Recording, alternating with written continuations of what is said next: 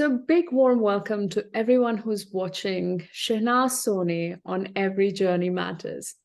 As promised last time, we got questions for Shehnaz. We got more more questions about how life works, and I'll tell you all about it in a moment. I'm so excited to have Shehnaz here today. I just read her book, and she's written this book called The Quantum Being. It talks a lot about how we bring the change that we hope to see in the world.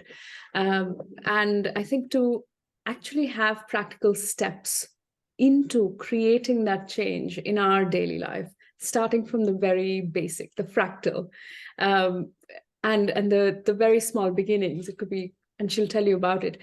But how to manifest this bigger change that we're hoping for. That is what the book shed light on. And I couldn't put it down, though I told Shehnaz, right, that I will go back and read a few sections over again, at least a couple times more. It is a fantastic read in the way that you understand the intention mostly of it. And then you also see that there are questions around quantum physics and electromagnetism. It's all coming together in this array of information. I think there is more to listen to than just what I feel about it. I want to bring Shehnaz on. Shehnaz, thank you so much for doing this. Welcome to the first episode of Quantum Being. Well, thank you, Avanti. Thanks for this opportunity again. Yeah, I really enjoyed conversing with you because everyone brings the different aspect of you out. And it was fun talking to someone who does share some similarity in where I come from, right? And the culture and the tradition, because there was a reason I had to go through those experiences. So I just love being in your presence to exchange, consciousness. I love that. Thank you so much. That means so much to me. And I think I want to sort of segue into the book with sort of talking about, tell us why you wrote this. What is your intention? What are you manifesting through this book? What do you want to create? So it's interesting, just like anything, right? You create it and then you realize that is step number one, that rather than the step number 10. So, in my case, I wrote a book because I have been encouraged to write a book by everybody that I came in contact with because of my diverse life experiences and very dynamic journey. And when I wrote the book, I almost felt like that now I can die because, I've done everything that is that looks my obituary pretty well. It's pretty, looks good, basically. So the point is, I've written a book, I've done this. So I think that I felt like, and that's why even in my conclusion, I have this thing that I'm waiting for either the love to knock at the door or the death to knock at the door, because I truly am in that space.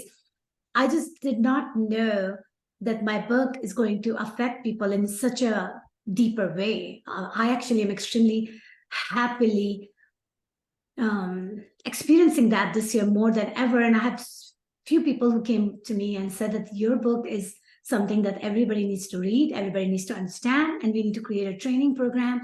Maybe we need to even have a school. So to me, that book is my heart and soul, right? And when I hear from people who are interested in taking it further, then that excites me, because my goal in life now is to play with human beings who have the similar vision as I have, who wants to do similar things.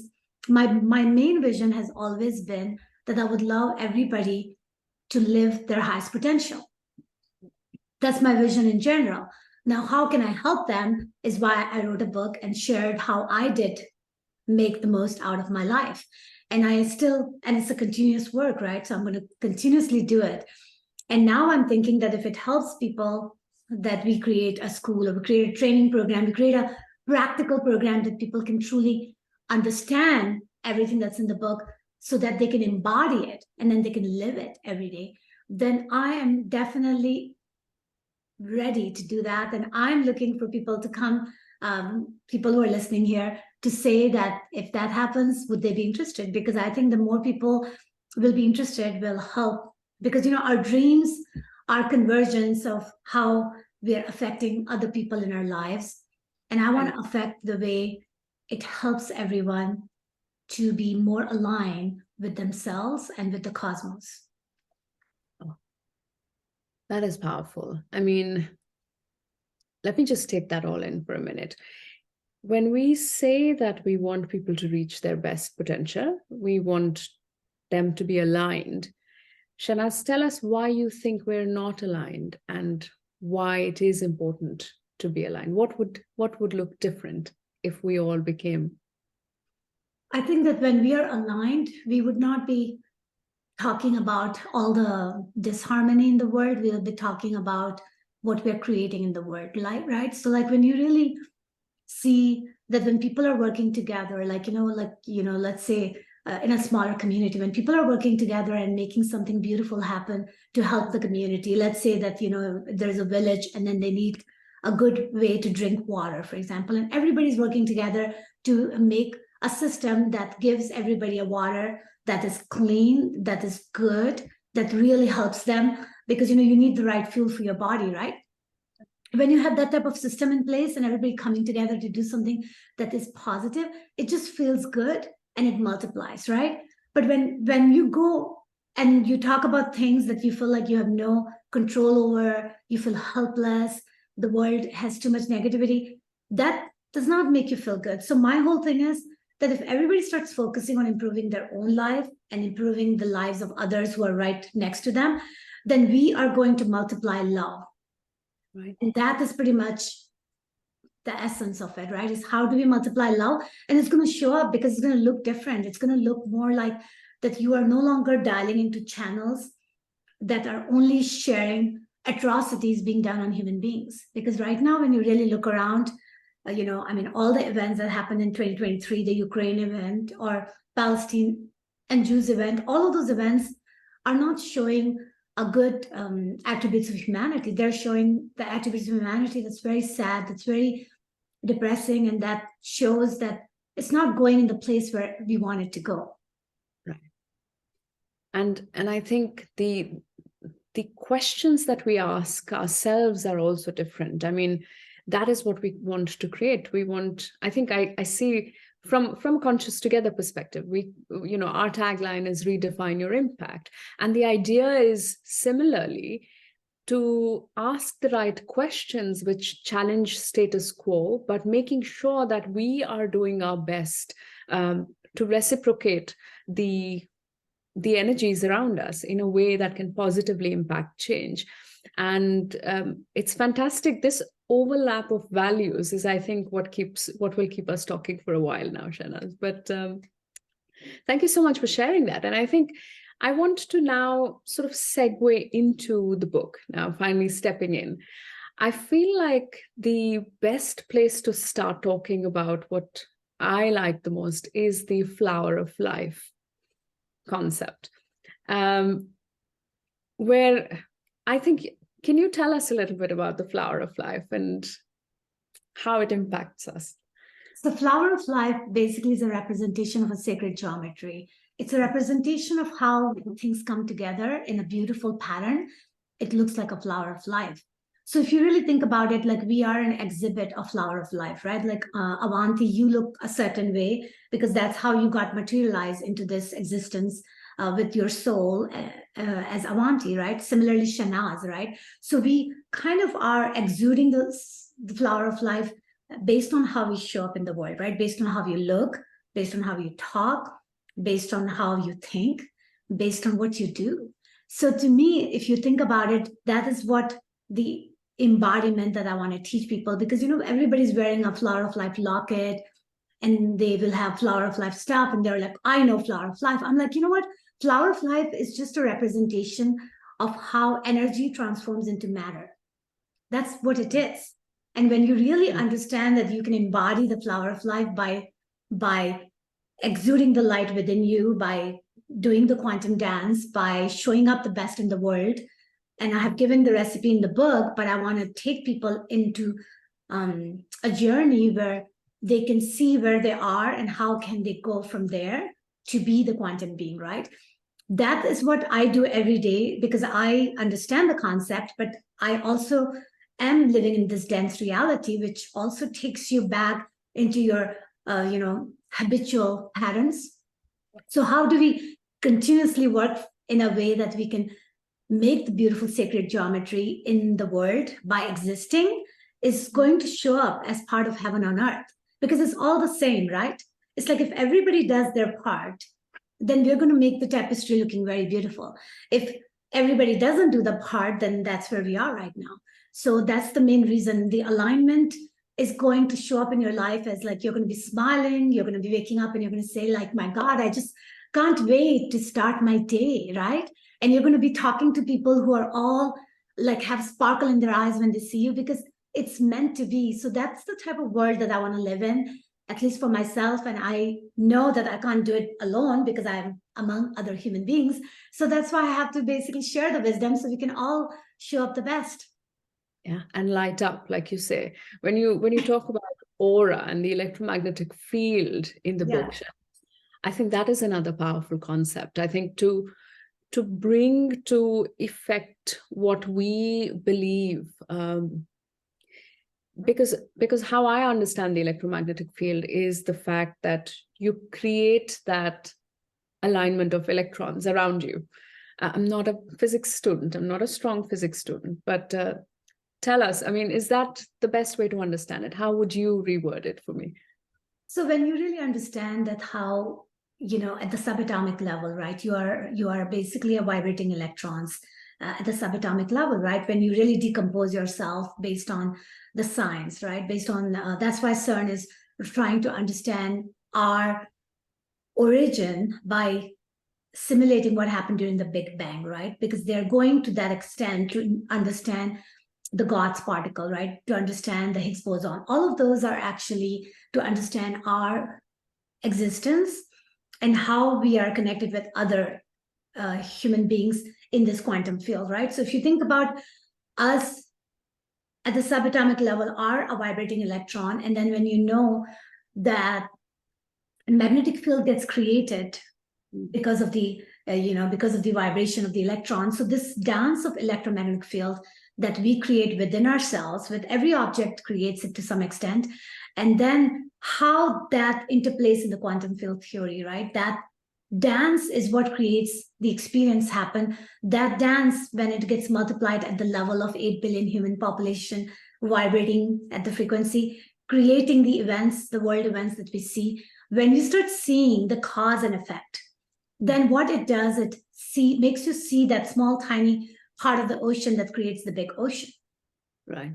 And that is what I feel like if everybody starts understanding that how we are interconnected and how we are also affecting each other's experience because of the way we show up in the world, then we are no longer going to keep on blaming other people and keeping ourselves as like we're not conduit, but because we are a conduit, and everything we're experiencing and everything we're projecting and everything we are living. That is a lot clearer to me now that it comes from the author.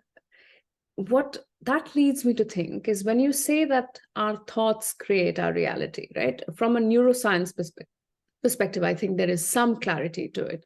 But I think from a quantum sort of physical level, there is also the vibration that is created due to the feeling that we have through visualization. Is that what happens? Do you want? Yeah, I love that, because that's the one thing that is fundamental for people to understand, is that we are a layered species, right? So the only reason we think of one thing at a time is because that's how we process information, right? So when you're thinking, it's not like you're only thinking, you're feeling too, right? So you're thinking and you're feeling and you are breathing, right? So you are in the physical form. So you're doing it all at the same time. You don't stop breathing while you're thinking, right? You're like, okay, I can only do one thing, but you're not aware that you're breathing, but you are breathing because breathing has to go on for you to exist, right? Yes. So similarly, you're thinking at all times, right? You know that for the most part, all of us are thinking at all times. And also you're feeling at all times. The only thing is you notice certain thing when you're dialing a different channel, right? So you can either focus on your thinking, you can either focus on your feeling, you can either focus on your breathing, because we choose where to focus at a time. And that doesn't mean that we're not doing it all at the same time. And time is a whole different subject by itself. But the point of the story is that when you recognize all those layer experiences that you are creating for yourself, that by vibrating, then you can see the cause and effect in all of your creation. So, for example, well, let's use some examples. So, do you wanna share something, or do you want me to create something? Share something. Let me see. Yeah. No. So imagine now that there is somebody who's looking for this fabulous new job, for example, that they want Okay. to do, right? Okay. And what I understood through the book is that you sort of keep thinking about it, choose to focus your thoughts on it and visualize it so that you're able to manifest it. Is that because that's also law of attraction? Yeah, so there are lots of parameters. So let's use, I'm glad you're using as an example because it helps, because then we can, so let's imagine this, we call this person X. Person X is wanting to attract a dream job, right? Okay. So the step number one is always why, because why is where the intention comes in. Because you always, before you do anything, what, you have to know why, because your why is continuously feeding to what. And so since you have started this, why that person wants that job? They want it because it will pay them more money and it'll help care for their family better. Okay, so if the goal is to make more money, because then the question is that why to make more money? And if they believe that by making more money, they can care for the family, then that's their belief. So see, now what happens is, and it's okay, because you can say that the belief is that if I make more money, I'll be able to pay for what I need, because it gets very nested. And that's why it is very interesting to do this. And that's why I do one-on-one coaching for these things, because ultimately what happens is that now you've created a belief that if I have more money, I'll have more prosperity. And if you want to stay there, that's okay. We can use that as a foundation. But if you want to unpack that, then you can unpack it, because your entire why becomes more and more solid when you unpack like these type of questions, like we are saying, right? What beliefs are you carrying? So you're carrying a belief, because there are so many ways to get abundance. You can just get abundance by not even working, if you really want to do that, right? Or working itself is a question, like why we use the word working. Why can't we use the word living instead, right? Because we are telling ourselves that I have to get a job that pays my bill, and right there, if you don't have a good connotation with those words, you're like, I have to do it because, there's no other way. I feel so helpless.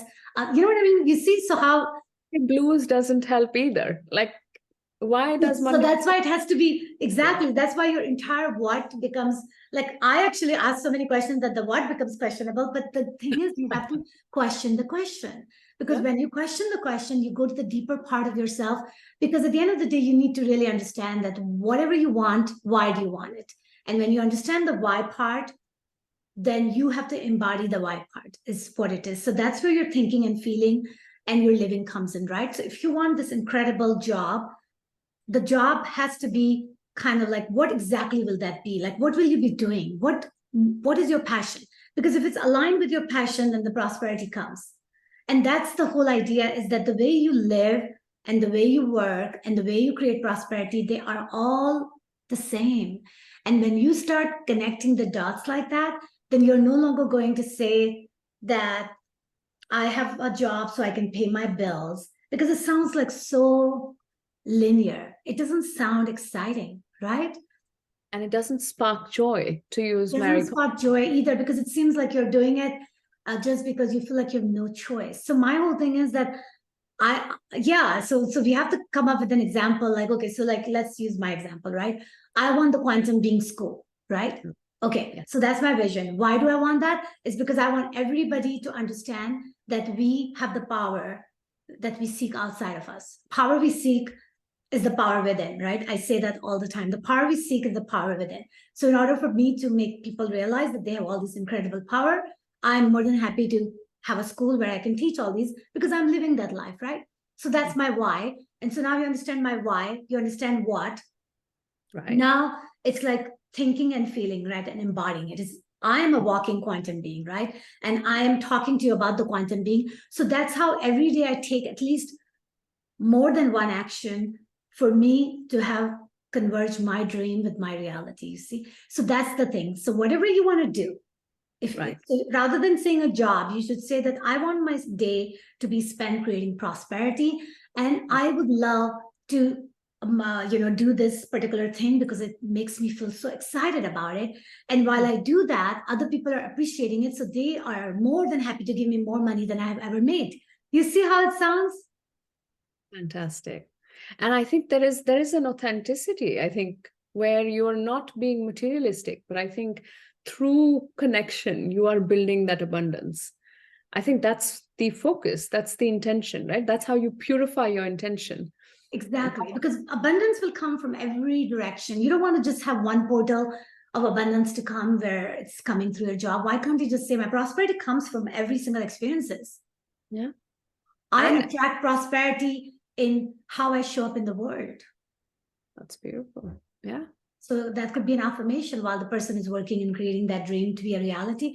So what I'm saying is you have to kind of work it from all direction, because we're multidimensional, right? So you want to address it from all, not just one, and you make it part of your daily routine where you wake up in the morning and you're happy and you say, you know what is my vision? And if whatever that particular thing that they want to do in the work, they should have a vision of seeing themselves doing it, right? And then they need to decide what type of people that I want to surround myself with, what type of company I want to work with, where do I really do? And let's say if they already know which company they want to do, then they should basically understand why they want to work in that company, right? So I would actually research the company. If they have a branch in wherever the branch is, you go and visit. You can stay in their parking lot and create your vision board. You see my point?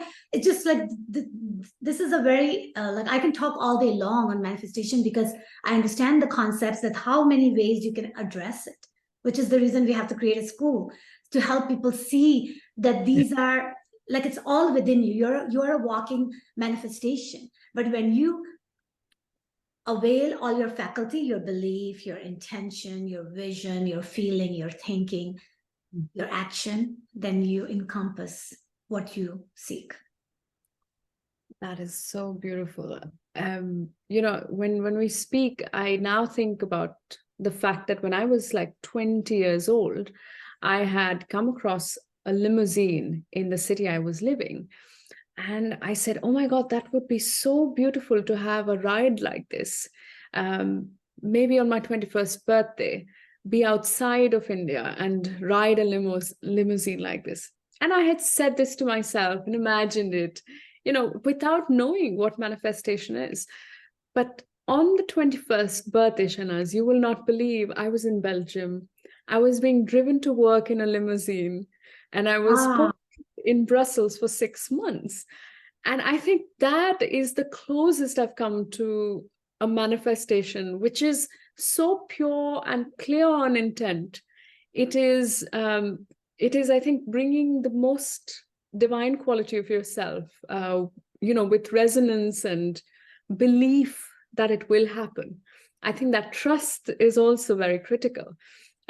Which you mentioned. I mean, I think that is the alignment you mean as well, right? That's exactly what I mean. And the very fact that in your case, you dreamt about it, and I don't think that you were, I mean, of course, you were not that attached to the dream because you knew that if it doesn't happen, it's not end of the world, because it's not like it really, but at the end of the day, you were excited about it like a child. And I think that these are all the key ingredients, right, for our manifestation, because a lot of time, what we want, we may not even know that whether we truly want it, right? So because that's why we come in our own way. So to me, when something doesn't happen, it doesn't mean it's that you don't know how to manifest. It means that it doesn't happen because it's not meant the way you thought it is. And that's where, again, we come back to the sacred geometry. Okay, that's what it's all about, is when when the rubber meets the road, right? When things are meant to happen, the choreography sometimes is just so impeccable that when you look at, like, this is a crystal I'm holding in my hand. It's a beautiful crystal, by the way. And it's got something inside it, which is like really interesting. And I love it. And to me, what it is that what gets created if you start seeing the beauty in everything that gets created, right? What's going to happen is that's when you start living the sacred geometry, right? Because when you start seeing the beauty in it, and yes, and then you are going to pretty much do the dance like you're doing in a way, because it will become automatic part of your life where you are actually, like for me, like this has become like really, like I think about something, I get a text from the person, right? All of those alignments is just incredible. So give us an example then. How is this manifesting for you in your life? Like, what does your day look like? Do you always get what you ask for? I mean, how does it look for you? Like it's interesting because I always get what I ask for. However, it doesn't show up the way I think that it should, which is where I'm adjusting my thinking. Because, for example, I have always been very much, like I have to be, because I work in a corporate world. I also have been raising children. I also have my own passion. So for me, one of the biggest thing is that I am very punctual, and I always have want other people to be punctual as well. And I have noticed that when things change last minute or get canceled or whatever, all of that is actually a good thing, because when you really start understanding that it didn't happen because it wasn't really aligning for it to create the beautiful sacred geometry, and it had to be adjusted for it to be. And when you start seeing that beauty, then you're no longer attached when something doesn't go according to the plan. So to me, that is the quantum dance I want everybody to understand. So we are no longer attached, because when we get attached, we come in our own way. And that is what I do. So every morning when I wake up, my thing is that I do dial many channels, right? So I do dial on a weekday, I'm dialing a NASA channel, right? So that is one of my channel I dial in, and I have a responsibility, I have priority, I have some exciting work that I'm doing. I just got a new job. It's been 2 weeks. So there's a lot of exciting things to learn. So I kind of give myself like a goal that this is what I want to accomplish. So it's always goal driven. My goal is not to attend a meeting. My goal is to create what I want to create so I can help the team. And I can create that in so many ways. I can create that while I'm working on my light body activation. So I wake up in the morning and I always drink, I basically drink something to help clean my kidney, because, that's the most important thing we all need to do. I take some really good supplements that my friends are creating themselves as a scientist. I do light body activation that I want to teach other people to do, because it's grounding, but it's more than grounding. It's actually a dance with the central sun and the earth. And it is also like where you purge everything and you receive everything that you need so you can have the most incredible day. So I kind of do that to start my day, set it up. And then I have my goal for my NASA channel. I have my goal for my quantum being school. I have my goal to do something for Shehnaz. And I have those goals. And then I decide that how do I want to meet them? Do I want to meet them by showing up for me? Do I want to do this with somebody else? And to me, sky has no limit, right? Because if I want to do something for Shehnaz and Shehnaz wants to have some fun and she can take a friend to tag along, and I have people who have said, please tell me when you're available for dinner, I would just text them and say, how about tonight we go here around this time? And then if that person says yes, then it happens. If it says no, then it doesn't matter, because you're learning about people and their priorities as well. So what it does is when you start doing it like that, it becomes more and more important that who is choosing to be with you and who is choosing to not be with you. And it doesn't really matter. It's all actually perfect. And what are you choosing over people versus not? So basically, you get to know yourself is what it is. And you get to experience everything in a way that it becomes pretty magical. And all the most important thing in my life has always manifested. So now I'm no longer questioning that, because now I know that if you think it, if you dream it, then it is already part of your auric field. And it's just a matter of experiencing it in this reality. Amen. I mean, I love that. I think it comes from a very pure place, and that is what I enjoy. One question here, though, after we speak about, the vibrations that we feel in the body, I mean, that we are in our body, there is a part about out of body experiences or near-death experiences in the book, where you say that it is all self-created, that it's self-manifested. Tell us a little bit about that. And, it's, I know that there is quite a few people who've who've claimed that having an out-of-body experience has healed their body or illness. How does that manifest? And, how can we understand that in the realm of quantum and sort of the electromagnetic fields that we create? Right. So basically, first of all, the thing is that everybody learns about themselves through different methods, right? Like for me personally, I have never had an out-of-body experience. Okay, I'm going to be honest. I do believe in it because I understand it. I can see how it works. I have people who are very, very close to me who saved their lives because of out-of-body experience. And so to me, and these people are real, and I know that, so I'm not questioning them. Plus the gateway experience, right, which goes very much into detail on what they did by understanding the science behind it. So I don't question the out-of-body experience. The reason people have to go to that extent is because everybody needs to understand that what we are in this big cosmos, right? Like where you versus Earth versus other Milky Ways and galaxies versus God, all of that. How does everybody play a role, right? How does everybody play a role in you vibrating and showing up for yourself? And some people learn it by looking at it from that perspective, because out of body, what it does is that it gives you to see yourself as outside of you, basically, because your consciousness, your seat of consciousness, takes a different position to look at you.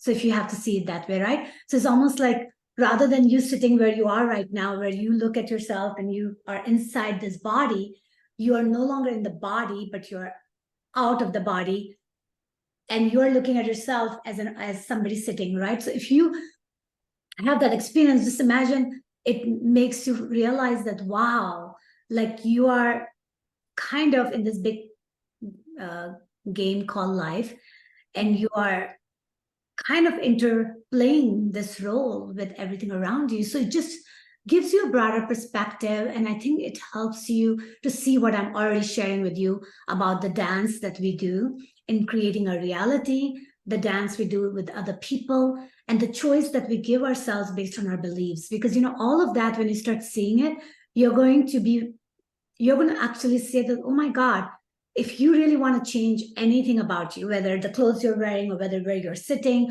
or whether what you're doing, all of that is in your hand. That you always have the choice, you have the agency, and you just have to get empowered in any situation, and however challenging it is. Exactly. So that is the thing, that out of bodies definitely can heal people because it gives people that perspective. So like, you've heard of the story of Anita Moorjani because she's very famous among, among the metaphysical world. And in her case, the whole thing is, right, because she had that near-death experience where she had that conversation, she had out-of-body experience, and she had the conversation with the God, you can say the primal source or God or whatever experience that made her see how big the consciousness is, right? Because she explains in her, I have not read her book, but I met her in person. She came to Atlanta, Georgia, and we had a conversation. And she basically in her talk explains that how, when you're looking from a flashlight is one way you're looking at the world. And when you are having an out-of-body experience, you're looking at everything with the floodlight. The floodlight is kind of omnidirectional. It's like, it looks at everything. So flashlight is only looking at one aspect of your existence. Floodlight is looking at, it's like a light that lights up the entire warehouse. So what happens when you have that type of understanding about your consciousness? It gives you a very large perspective. And that is the reason people heal themselves, because any kind of disease is because you're not aligned. See, disease comes with misalignment, which is why if everybody vibrates as the quantum being, you are actually not going to have any disease. You're not going to take any prescription pills. And that's part of my goal.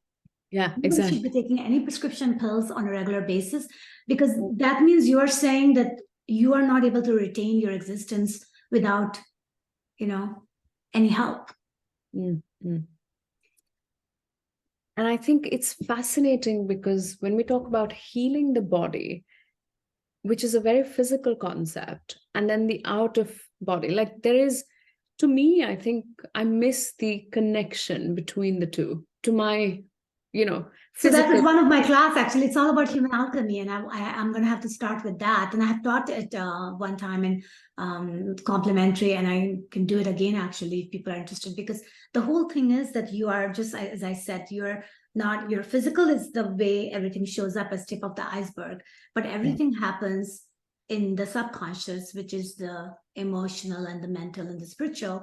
And that is what ends up creating the physical experience. So when you start seeing the connection, and that's what happens when you're out of body, you start looking at yourself as way more than just physical, because it's pretty obvious you're not even in the body, you see?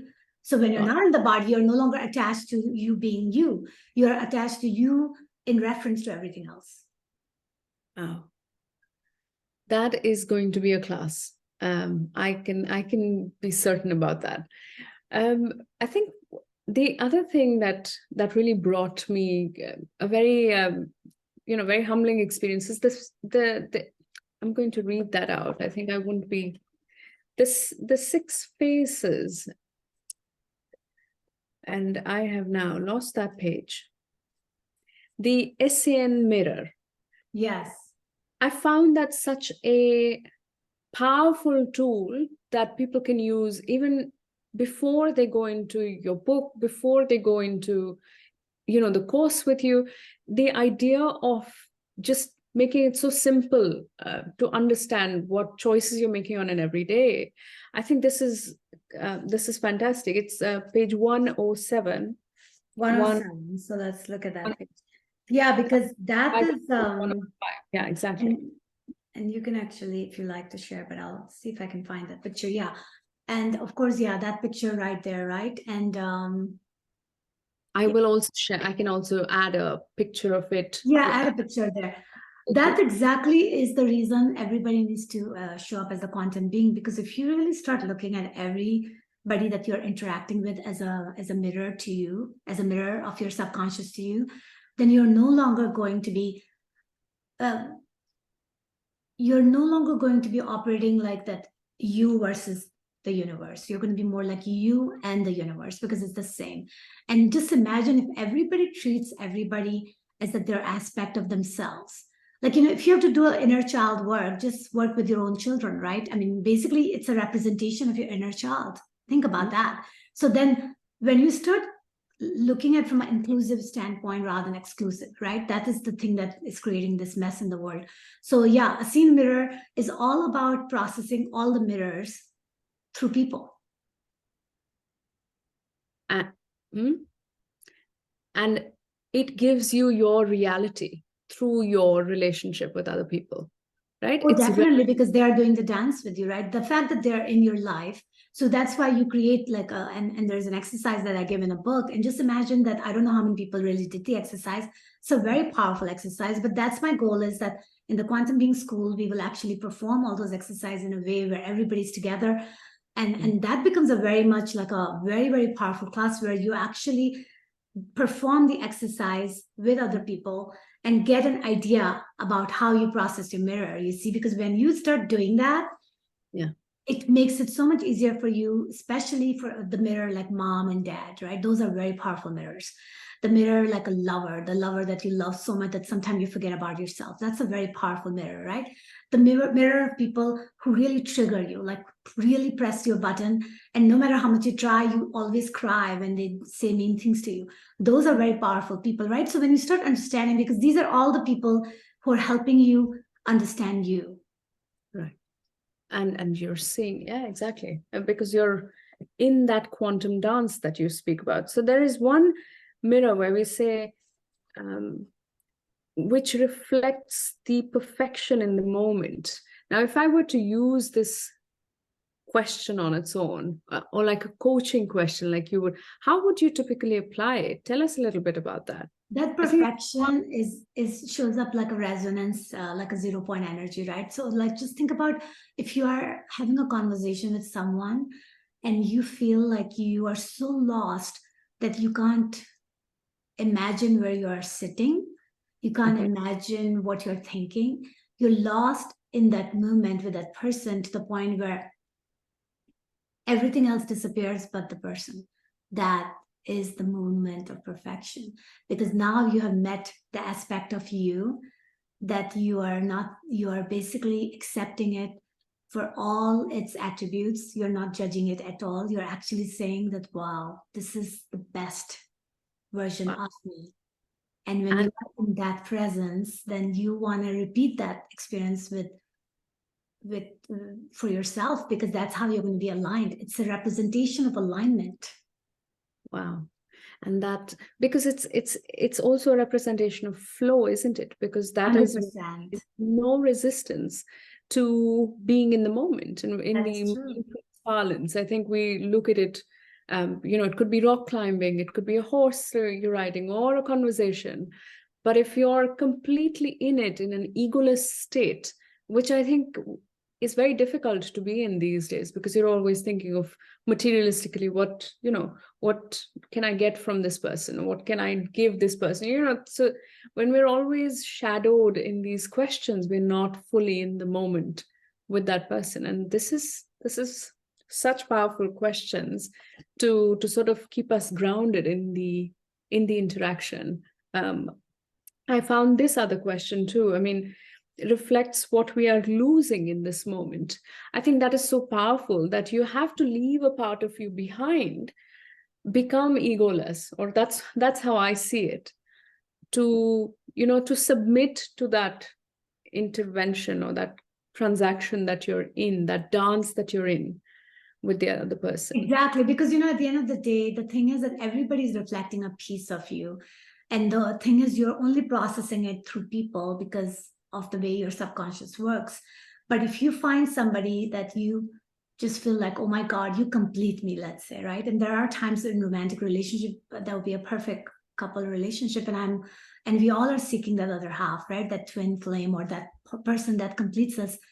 And if that person can walk with us, then it's perfect, because then we are complete, because we're together anyway. We're complementary, because the piece that we don't have it within us is expressed through another person. So it's a perfect harmony.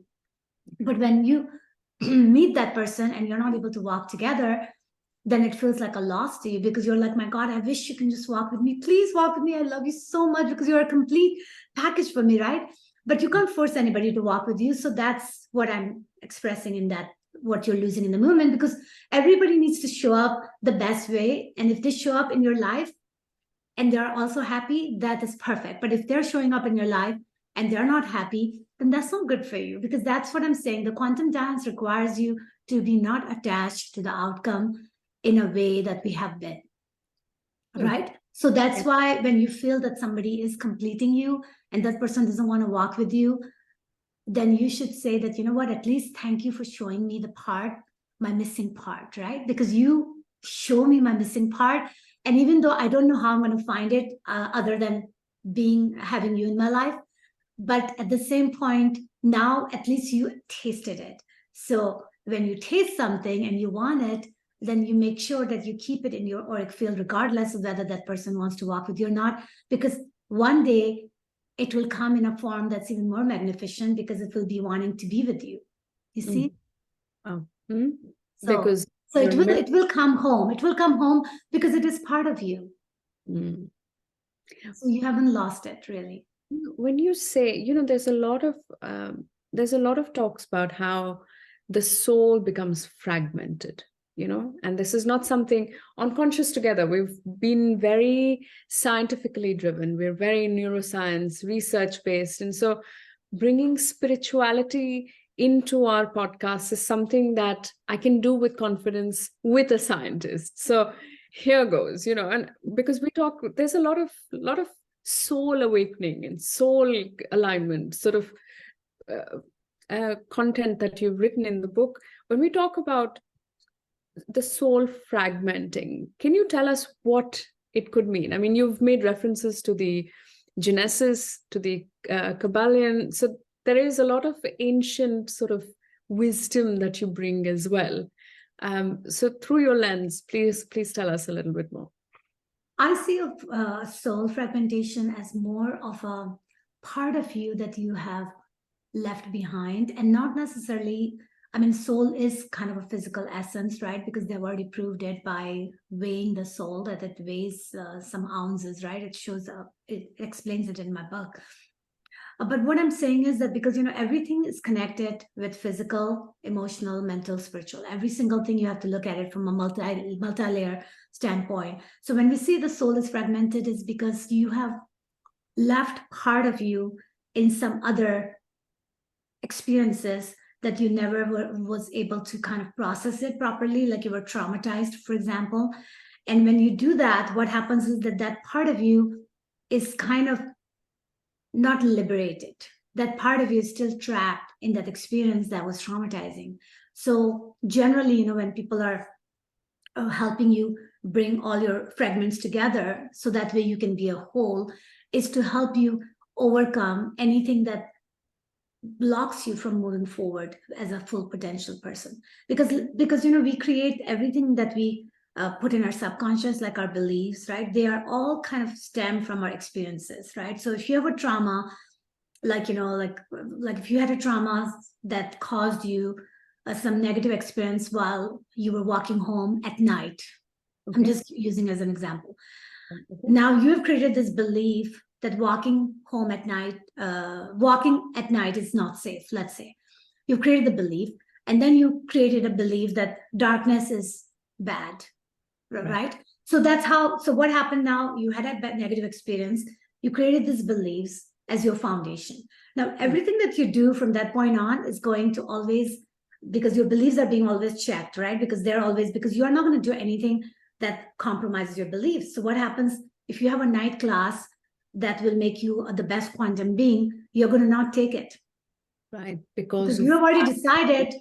Right. You already decided that darkness is bad and walking at night is bad. So you see, now you're blocking yourself from moving forward. So that is the type of connection I want people to start making. And that's what I want to teach people through exercise and through embodiment, is because ultimately what happens is that you come in your own way. Wow. That is fascinating, because the amount of beliefs that we come with, Shehnaz, our soul is laid on the experiences we have, especially coming from collectivistic sort of countries, the dynamic around the individual. I think we don't know ourselves too much unless you follow it and try to find out who you are very, very diligently. I think the support that we have around us sort of shields us from getting to know ourselves better. But the amount of beliefs that need to be shared is probably quite a bit, and that is quite a lot of work. Is that we don't give ourselves a chance, just like you said, right? That even in your podcast, you do mostly scientific. If you think about scientific, it's very important. And of course, science, I love science because I'm a scientist, but science only looks at everything from one perspective, and that's physical. Right. And what is visible, right? You mentioned that to me, that's why magic precedes science. That's why, to me, like, I actually had to go to mystery school to understand all the other perspective. And I was very grateful that I did that. And because of my actively seeking the understanding and comprehension, I was able to live life where I was able to dial all my channels, make sure I use all my faculties. And now I want everybody to understand that and live it every day, because when we start doing that, we're going to completely create this new earth gathering where everything is going to be very instantaneous. Our dreams, like, you think of a lemo, and lemo is going to be right outside the door saying, I got the message. I'm here to serve you. Authentic we will be. Exactly. Oh, I love that. And so when you say the mystery school, and this was also some of the question was a question. So we received some questions on email, and this was asked by a particular listener who is based in India. And she was like, what is a mystery school? How is it branded? How can I get to learn more? So tell us a little bit about your experience with mystery school, Shehnaz. Yeah, and it could be that this quantum being school will be the answer to their question too, because I went to 3 mystery schools. So one is the local one where I live in Huntsville, Alabama, and they have changed their names, but right now they're called Center of Applied Metaphysics. And I actually went there in January 2010 to learn metaphysics. And I learned every single thing they could teach. And then I came to the point where basically they had no more classes and I wanted to learn more.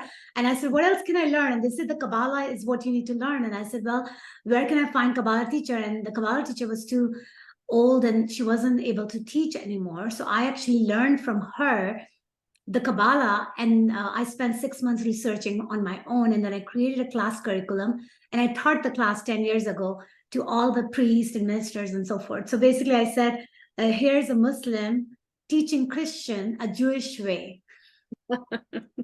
Right? So that was my quest. So that was my one school. I went with another school to some of the travels. I went to Egypt with them and they were all into meditation, and it was interesting experience. I loved going to Egypt with them.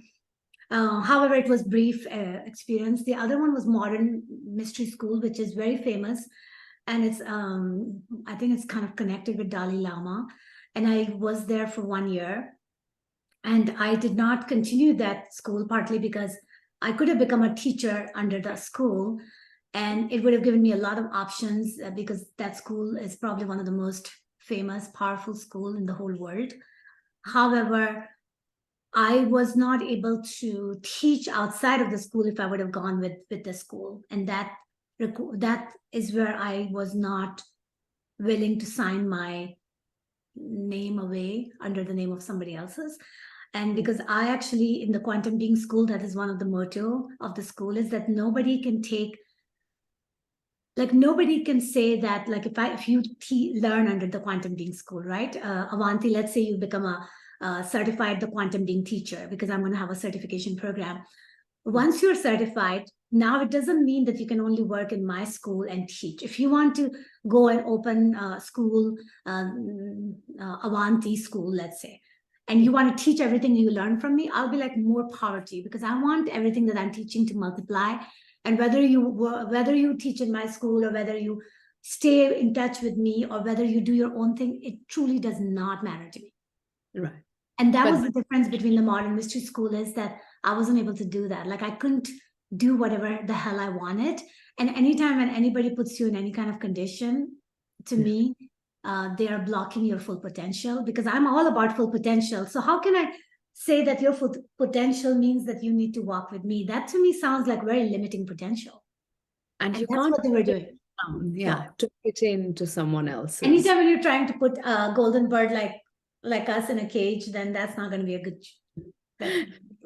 I love that. Oh, such interesting examples. And why are they called mystery schools? Like, is there because they have mystery in it? I mean, or because you're learning about metaphysics? I mean, and that's the thing, right? The whole word mystery is no longer a mystery, because everybody can spell flower of life, right? I mean, that used to be a mystery at one point. But the whole reason with mystery is that it's not taught in a regular school. What I want to do is actually teach everything that is mystery in a regular school. And that is the reason the quantum being school, because I was initially thinking I can just go and tell all the schools that I can be a teacher and I can teach my concepts. I haven't had much success in that. So I'm like, okay, you know what? Let me just open a school then. Maybe that's the answer to the question. And I know that within my friend circles and within people I know, even professionally, I know that there could be people who will be interested in something like this. And I think there are basics of life, how we think and how we conduct ourselves. These are things that are not taught in school. I mean, they are in a very preachy, sort of moralistic ways, but I think if you show the power of potentiality and the authenticity that comes with it, I think more children will benefit from it.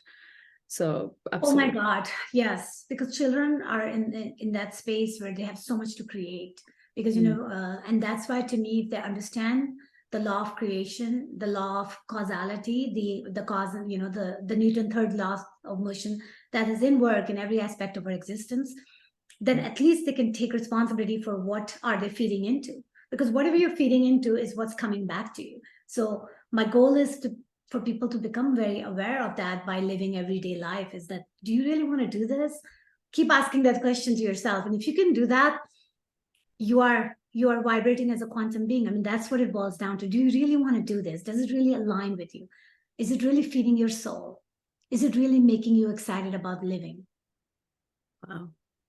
There is, though, I mean, when you look at the potentiality of us or the possibilities, there is always a fear of succeeding. And what if everything you thought of actually came true? And I've seen that fear within my coaching circles when I speak to clients. It could be people who are housewives to working professionals to, very successful business leaders, but they've all saying, what if something goes wrong? What if it actually works? How is that fear? How can you relate to releasing that fear subconsciously? Like, what would you suggest people do to get comfortable with seeing themselves successful? Yeah, so the fear actually is directly connected with the why part of the equation, right? The intention part of the equation. So that's why whatever you want to create, you always want to ask why. And if you have fear popping in, then definitely it's good for you to address them, because the fear is something that we create as a block. Because just like we talked about soul fragmentation. So if somebody had some sort of trauma and then they have created the fear of darkness, then that keeps seeping into their life when they're moving forward. Then they have to almost address the fear, because for the most part, love multiplies and fear divides. So whatever is dividing you, then you want to address that, especially if you want to multiply the love. And if you're not willing to address that fear, then you need to acknowledge yourself that, okay, I'm not ready for that right now, but at least acknowledge that. Like, at least say, yeah, you know what? I recognize that I have this fear. Like, some people have fear of making money, which is the only reason they're not making money, right? So when you have a fear like that you have created for yourself, you have put a belief around you, then you have nobody else to blame than yourself. Because at the end of the day, if you recognize the fear and you know this fear is blocking you, then there are people like you, me, and many other people who would love to help you. And you just have to pick up, take an action, right? If you really want help, you can even help yourself, because there's enough outside, because you are the powerful quantum being. You can truly seek help in mitigating whatever fear you have if you really want to. But you have to want it for you to attract it, for it to be part of your life. Oh, and want it bad enough. Absolutely. So it's bad enough. Yep. Yeah. And so it holds true, whether it's materialistic manifestation or emotional manifestation. Same formula that applies in every aspect of our existence, which is why when you start doing it, when you start connecting the dot, that dance is going to be very easy. Like, you're going to be like, oh my God, it's the exact same. And that's why once you learn this, you're going to be like, you're going to feel, oh my God, I wish I would have known this like when I was 10 years old. Because that's why I just, like, when I was talking to your son earlier, I feel like if the younger generation understands this, they're going to be like a dynamite. Yeah. And I think the younger generations at their age, I think they're more in touch with who they really are. Unlike us who grow up then with all the conditioning and all the conditions that we put around ourselves.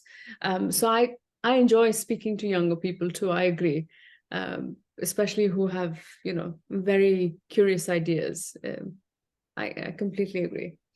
So the next thing that I want to talk about is the patterns. You've talked about patterns in the book, and you've started with, of course, the numbers 3, 6, and 9, and we've heard a lot about this. But what I found fascinating was in the book you say that they're not included in the binary number, so it's not 0 or 1. So 3 becomes a separate number on its own, like an entity, and that is the basis of all formation.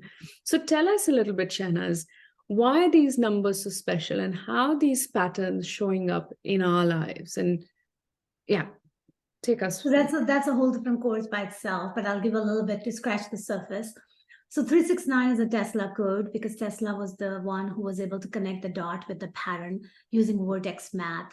In a simple language, what it means is that anytime when you want to get to create something, you start with the creation, which is number 3. Then the second one is number 6, which is magnetism, which is where the law of attraction works. And number 9 is the completion. So the idea is that anytime when you want to do anything, it goes through those 3 phases. But those 3 phases are done in the spiritual world. They're not done in the physical world. So 369 is a number that shows up in the auric field, but it's not something you can see. But the number 1 and 2 and 4 and 5 and 7 and 8 are the number that shows up in the physical world, but they are a representation of 369, because ultimately the only way you give yourself an acknowledgement of experience is when you experience it physically. Oh, okay. Wow. So you still experience it physically, even if you don't see it. Yeah, but 369 itself is a representation of spiritual existence, and the other numbers are physical. So ultimately you're going to experience it, and then 9 is like, like you experience it, you embody it, it's part of you now. And when you start understanding that, it's very much connected with the tip of the iceberg is physical, and everything hidden is subconscious. Exactly. And you are continuously creating things that is part of you in your auric field, is part of your subconscious, is part of your beliefs, is part of who you are. So you are the conduit in everything that you are creating in your life. And when you come to terms that you are so powerful as a being in your thought, and what I really like you saying here as well is, if you decide and if you make up this, if you make up this resolve in your mind, you can achieve absolutely anything. It's about then believing it through and through, and the entire universe is making it work for you. So I think if you bring that awareness inside you, we will live very different lives, correct? We live in the state of love. We live in the state of responsibility and slowing down potentially. It's an empowerment, right? It's basically you're bringing the power to you, because you can only represent you. You can't represent. I can't do anything for you, Avanti, and you can't do anything for me. We have to show up for ourselves and do it from where we are. But we can definitely help each other, but we have to stay within our own power. If you don't stay in your own power, you're not going to be useful to me, and vice versa. You see my point? And that's what I want to teach people, is that I'm not trying to steal your power so I can be more powerful. No, that's a waste of my energy and yours. I want everything to be in the right place. And that requires everybody to exude their own power. And to raise that vibration, to raise that consciousness together as humanity. Exactly. And it's a very good note for us to end this conversation, because I know that the book is very rich and I know you have lots of questions. But I want people to make sure that whatever we've covered so far is integrated in their lives. And then if they really are loving the conversation that we had, then they need to make sure that they sign up on my website under shehnazsoni.com, and also reach out to either Avanti or me saying that they want to be part of the school, because there's going to be training next year and there's going to be lots of excitement next year, and we will be doing our part in creating the heaven on earth. That's it. And I think creating a common new vision for what the world could be, I think, where we're all more in alignment with our best selves, so to say. Exactly. Yes. Thank you so much. I think it is the tip of the iceberg, I think, what we've covered. And thanks to my memory, I may not have said exactly adverbatim from the book, but I will continue to read and understand the book. But I think we're going to have you back on the show very soon. Thank you, Avanti. Thank you so much. Your energy, I think it means a lot to us to have someone like you come and clarify these things for us. It's the easiest way to learn. We make it more accessible. Yeah. Thank you for your time and effort. Welcome, and have a wonderful day.